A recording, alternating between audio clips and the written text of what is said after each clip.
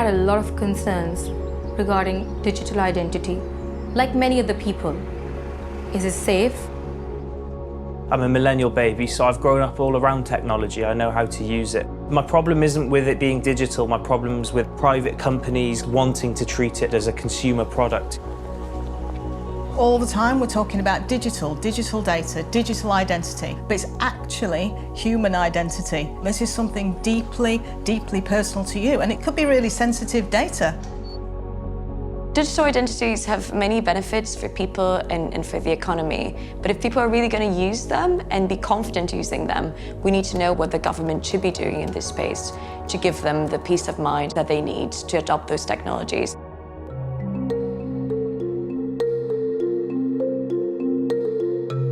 I'm Professor of Information Security at Royal Holloway, University of London. Public dialogue work is really crucial to talk with people about their hopes, their aspirations, their concerns.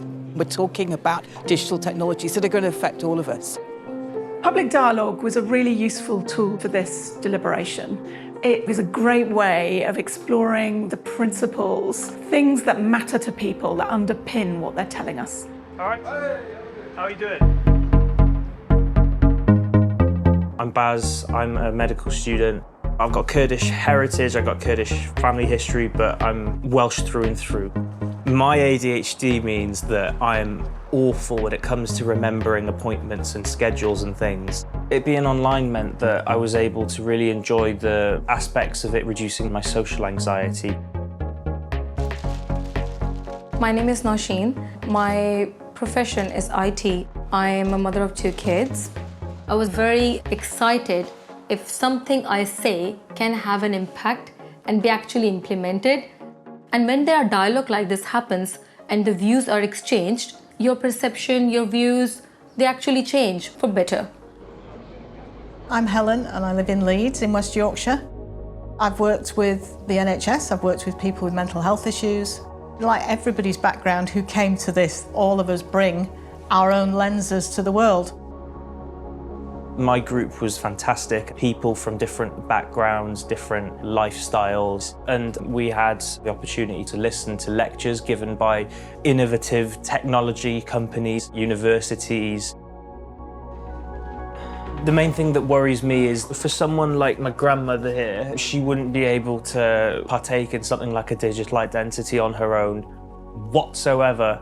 It would be so difficult for so many different cultures, communities, the elderly or people with language barriers. And if they were to sort of reach out, how would they get the help they need? In the beginning, I was not really pro digital identity. But there was one workshop number 2 or 3, where I felt, okay, now I think my views are changing. And that's the day when they showed us 4 films. One was a person with disabilities, one was ex-prisoner, asylum seeker, and one was the person whose identity was stolen. Those 4 films had a major impact. In situations like these, digital identity is really needed.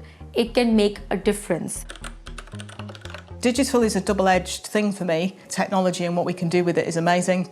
But there's a lot of power given to companies and a lot of money to be made, and that always makes us suspicious about how ethical it's going to be and how it's going to be used.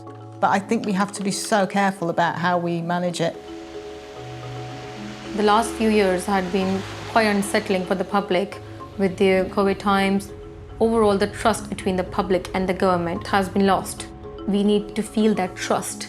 The app, the system is safe, secure, with proper protocols, and their policy is easy to understand. The terms and conditions are clear. Trust and transparency. My hope is that the government listen to us and that they bring in some of those excluded groups and create something that's actually better. This has been a really rich piece of research. People have given some very clear reflections on what governance looks like and how accountable these organisations should be for holding this precious data. Those are some of the most interesting conversations I've ever seen happening about digital identity. It makes a massive difference to hear how things we've been thinking about in government and in industry for a long time really resonate or don't resonate with people, to inform a shared understanding of the direction of travel we want to go in as a country.